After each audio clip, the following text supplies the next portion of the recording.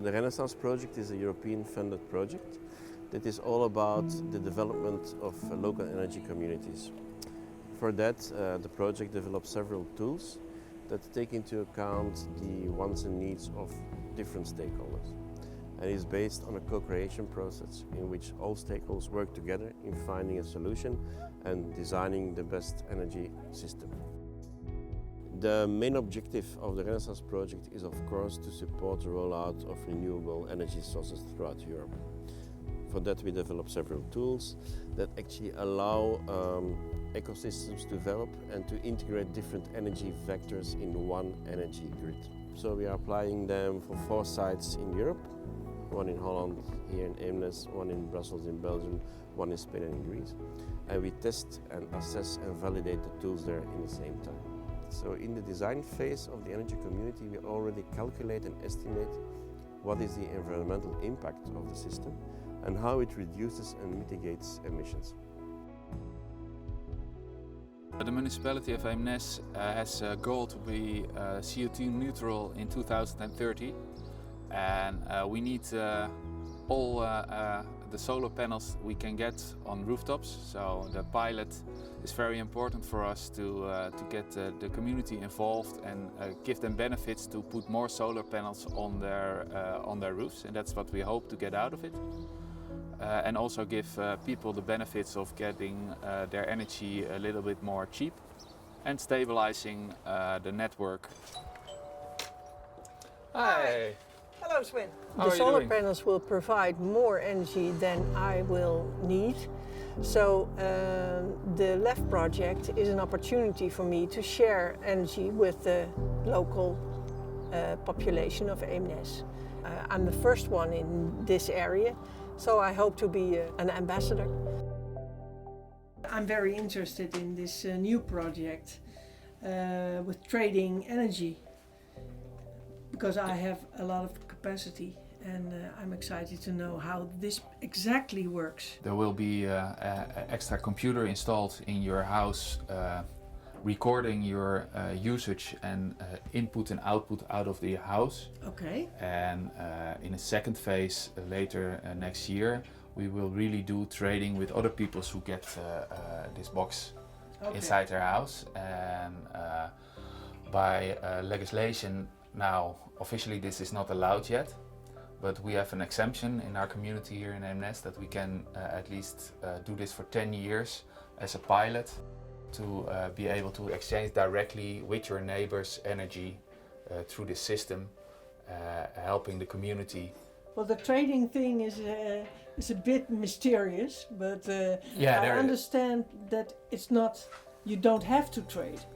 You don't have to play with the trading. Okay. You will automatically trade if you don't do anything, but you can even optimize your trading by saying, well, I will be on holidays for 3 weeks, so I will sell a lot more energy, and you predict already that you will sell a lot more energy, and then you get a little bit higher price than when you would not predict your usage. So the better you get in predicting your energy usage, the more you can earn. Or the more you can save. I hope to do my part. I think with this project we will learn how the system will work and how we can trade and what legislation has to be changed to be allowed to do this.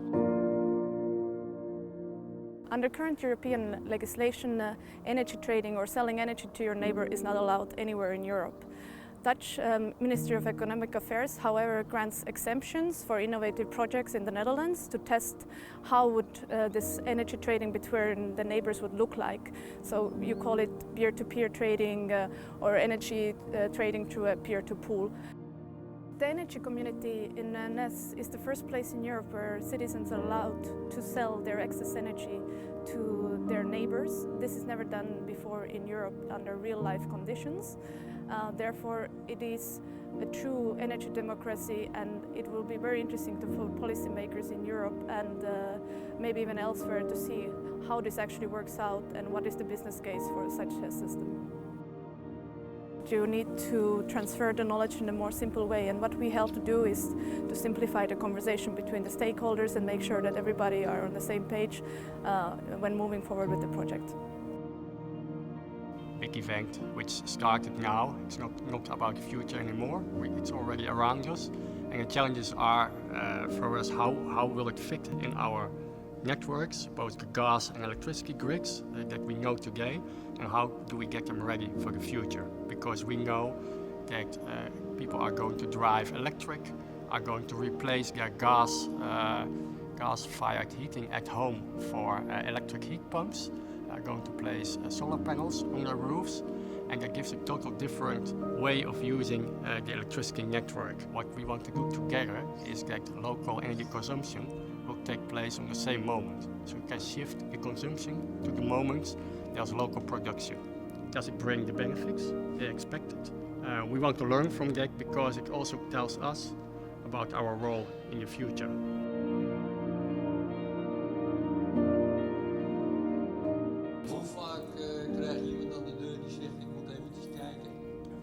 Als het goed is, krijgt u 1 keer iemand aan de deur die het kastje komt installeren. En dat is iemand van Eemnes Energie. En als er storingen of iets dergelijks zijn, dan kan het zijn dat er weer een afspraak met u gemaakt wordt. Of dat u zelf vragen heeft erover, dat er weer iemand langskomt. Dus als het goed is, komt er maar 1 keer iemand langs. Yeah, what we face is a whole system that needs to change. So from regulations until infrastructure, but also behavior. The sustainable system that we want to achieve is that you have a user who is also asking, have a demand for this kind of a solution. So that role of a citizen really does change. And yeah, we have to make it very easy for them, for this whole complex system, that it's easy for them to start using it in a different way. So they are users of the entire system. Stel even dat ik vanavond precies maak, ik doe al mee. Wat gebeurt er dan? Dan heb ik dus twee energieleveranciers. Nee, dan heeft u nog geen 2 energieleveranciers, want we gaan eerst data verzamelen, collecteren om echt goed dat handelmechanisme uit te werken. En dan kunt u in mei komen met een voorstel voor uw situatie met de data die we bij u hebben verzameld. Als u overstapt, betekent het dit voor u. Dan heeft u deze voordelen ten opzichte van die huidige leverancier. Oké, dus je baseert gewoon op mijn huidige verbruik. Op het verbruik van de maanden dat het kastje daar staat, wordt er dan gebaseerd wat dan het effect voor u zou zijn in relatie tot uw huidige contracten. Dank u wel.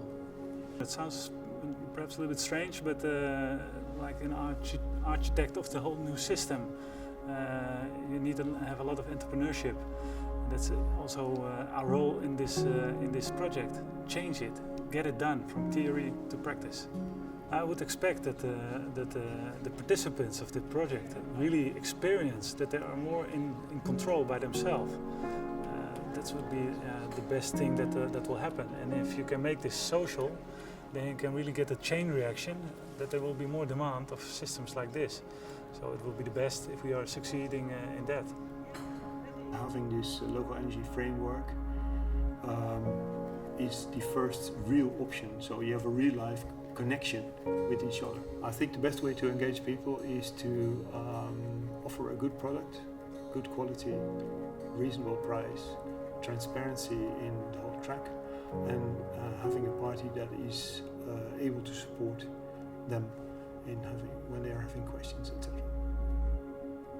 My hope is that the citizens or the community in Eemnes will be in there because of the sustainability, because of the challenge we are focusing on, and next to that, by having an active role in it, having the feeling that they really are part of the transformation that is ongoing.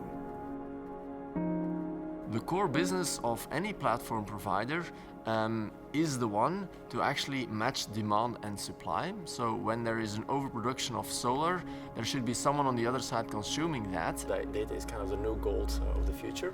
And that gold is being transformed into information. That information can then be used to do forecasting of consumption production, then can be used to optimize individually and on local community level. So it's really this spider in the middle of the web of the energy transition. That's really fundamentally what should happen. If regulation permits, for sure this approach should be 100% replicable, and it also aligns 100% with what Europe is also striving for in the energy transition, where they say that local energy communities is definitely one cornerstone to make it happen.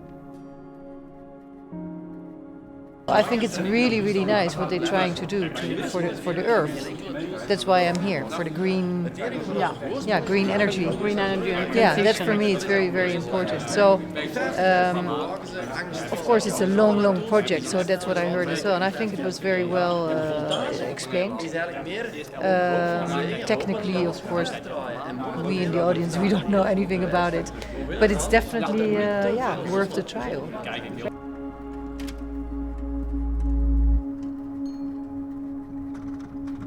I hope that I can produce electricity in a proper way so that we can do the transition from gas to electric. So that will help us in the climate for the next coming periods. Our focus point is 2030. From my point of view, the transition is not difficult. When you divide all the steps you have to do to make the transition clear, small steps, so that you can manage it from yourself and from a financial way of managing. What we are doing here is also kind of my personal motivation and my personal mission statement. We have 4 kids at home, and I want to kind of make a meaningful purpose dent in the universe to also see that we can live sustainable as a society. And living sustainable means that we are more united with actually how the planet runs and operates, and that means we make use of the abundantly available natural resources and not the fossil fuels, which are anyway depleted in a couple of years, 10 of years. I think it's a building stone for the future energy system. Looking at our climate goals for 2030 and 2050, we know it's going to change completely. I'm happy that I'm one of the first taking part in the LEF project, and I hope I can convince my neighbors and people in my area to join too, because the more, the merrier. We're already working with 7 communities closely here on the energy transition, and we share data on our pilots between each other. And if a pilot is usable in the other community, it will be used also in the other community. And hopefully with the lessons we learn here in this pilot, it will also be replicatable in the rest of the European Union and even in the rest of the world. For me, it's personally very important to do that. The next generation, my grandsons, will also live on this planet and in a proper climate. In a proper climate, that's for me, it's very important. The tools that we are developing in Renaissance are actually sustaining replicability, because we first tried them out throughout Europe. But then we will apply the tools in different parts of the world, meaning India, probably America and so forth. So the idea is to have a toolbox that allows different communities in completely different situations over the world to develop such an energy community.